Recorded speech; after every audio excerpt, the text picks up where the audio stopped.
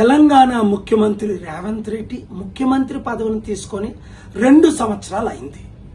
ఒక్క సంవత్సరం నాకు అవకాశం ఇవ్వండి, అభివృద్ధి అంటేటో చేసి చూపిస్తానా.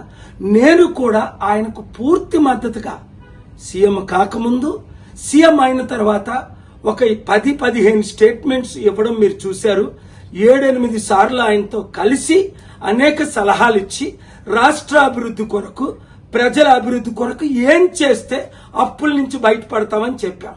కానీ ఆయన వినలేదు సరికదా, ఎగ్జాక్ట్ గా ఆపోజిట్ చేసి నేను ఇచ్చిన సలహాలకు అన్నిటికీ వ్యతిరేకంగా పనిచేసి ఈ రోజు తెలంగాణ రాష్ట్రాన్ని సర్వనాశనం చేసినందుకు తక్షణమే ఆయన రాజీనామా చేయాలి.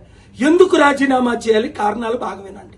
1, 6 గ్యారంటీలు ఆయన ఇచ్చారు, ఒక్క గ్యారంటీ కూడా నెరవేర్చలేదు. అందులో 2 లక్షలు తులం బంగారం వినేస్తాన్నారు, ఇవ్వలేదు. 2 లక్షల రైతులకు రుణమాఫీ చేస్తానన్న, చేయలేదు. 5 లక్షల నుంచి 10 లక్షలు కంపెనీలు పెట్టిస్తానన్న, లేదు. 2 లక్షల ఉద్యోగాలు భర్తీ చేస్తానన్న, చేయలేదు. నిరుద్యోగులకు 4,500 అన్నారు, ఇవ్వలేదు. మహిళలకు 2,500 అన్నారు. గ్యాస్ సిలిండర్ ఇలాగ చూసుకుంటూ పోతే 100 వాగ్దానాలకి కంటే ఎక్కువ ఇష్టం వచ్చినట్టు, నోటుకొచ్చినట్టు అబద్ధ వాగ్దానాలు ఇచ్చి ఓట్ల కొరకు అందరినీ మోసం చేశానని ఆయనే ఒప్పుకున్నారు. ఇప్పుడేంటి, డబ్బు లేదు, నన్ను కోసికి తినండి అంటున్నారు. అలాంటప్పుడు హైదరాబాదు దేశంలో నెంబర్ 1 సిటీ, అన్ని సిటీల కంటే. అలాంటి హైదరాబాదు రియల్ ఎస్టేట్ ఇప్పుడు పడిపోయింది. అపార్ట్మెంట్ ₹1,00,000 ఉన్నది 50 లక్షలు అయిపోయింది. ఎకరం ₹1,00,000 ఉన్నది 50 లక్షలు అయిపోయింది. 100 కంపెనీలు హైదరాబాద్ విడిచిపెడుతున్నారు. బాగుపడింది ఎవరు? ఆయన అన్నదమ్ములు లక్షల కోట్లు సంపాదించుకున్నారని ఆరోపణలు. ఆయన చుట్టూ ఉన్న మినిస్టర్లు 100,000 కోట్లు సంపాదించుకున్నారని చూసాం కదా.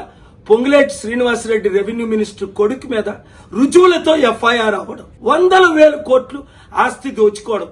ఇప్పుడు 9,292 ఎకరాలు, దాదాపు 5-6 లక్షల కోట్లు విలువైన ప్రాజెక్టులు తన బినామీలకో ఇతరులకో ఇస్తున్నారని ఆరోపణలు ఇన్వెస్టిగేట్ చేయమని, సిబిఐ ఈడీ ఎంక్వైరీ చేయమని శుక్రవారం స్టేటస్ కో తీసుకొచ్చాను. ఇలాంటి 18 పెద్ద కేసులున్నాయి. 1 by 1తో మీ ముందుకు నేను వస్తాను. ఆయన మారాలని ప్రార్థించాను. 7-8 సార్లు కలిశాను. మిమ్మల్ని అందరినీ ప్రార్థించమన్నాను. కానీ సైతాను ద్వారా ప్రేరేపించబడి వైఎస్ రాజశేఖర రెడ్డి ఏ విధంగా ఆ రూట్లో వెళ్లారో అదే రూట్లో ఈయన ప్రయాణం చేస్తున్నాడు. ఇంకా లాభం ఎవరికి? కాంగ్రెస్ పార్టీకి. 100,000 కోట్లు ప్రతి నెల పంపిస్తున్నారని బీఆర్ఎస్ బీజేపీ వాళ్ళు ఆరోపణలు చేస్తున్నారు. నోరు మూయించడానికి బీఆర్ఎస్ బీజేపీ వాళ్ళు చుట్టూ పెట్టుకున్నాడట కొంతమందిని. ఇంత ఘోరమైన పరిపాలన. నేను బెస్ట్ సీఎం చేద్దామని మీకు చెప్పాను, మీ అందరికీ ఓట్లేయమన్నాను. ఆయన వరస్ట్ సీఎం అయిపోయాడు ఈ 2 సంవత్సరాల్లో. చదువుతుంటే ఆశ్చర్యం కలుగుతుంది. ఊహకు అతీతంగా సర్వనాశనం అయిపోయింది. ఇప్పుడు 400 కోట్లు ఖర్చు పెట్టి ఈరోజు రేపు సమిట్ వాళ్ళ తమ్ముడికి ఇన్ఛార్జ్ పెట్టారట. 6,000 మంది పోలీసు బృందం అట ఈ సమిట్ కి. ఎవడొస్తున్నాడు? 200 దేశాల ప్రెసిడెంట్లు ఒక్కడైనా వస్తున్నాడా? 3,000 మంది బిలియనీర్లో ఇన్వెస్టర్ ఒక్కడైనా వస్తున్నాడా? ఇదిగో మన ఇండియాలో దోచుకునే వాళ్ళు ఉన్నారు కదా, వాళ్ళు వస్తున్నారు. ఒరే బాబు, నువ్వు మాకు 1000 కోట్లు తీయి, ఈ భూములు ఇచ్చేసాయి, నీకు 7% 10% ఇచ్చాం కదా ఎలక్షన్ల ముందు, ఇంకొక 7-10% ఇస్తాం, నీ కాంగ్రెస్ కి ఎక్కడ డబ్బులు కావాలంటే అక్కడ ఇస్తాం. ఏ డీల్స్ జరుగుతున్నాయి? రుజువులతో కోర్టులో శుక్రవారం కేసేశాను. ఇంకా 17 కేసులు అతి త్వరలో వేయబోతున్నాను. ఆయన మార్పు చెందితే అభివృద్ధి చేద్దాం, మార్పు చెందకపోతే దేవుని ఉగ్రత, ప్రజల ఉగ్రత, ముఖ్యంగా నిరుద్యోగులారా రండి కలిసి పనిచేద్దాం. ఈ వీడియో అందరికీ షేర్ చేయండి.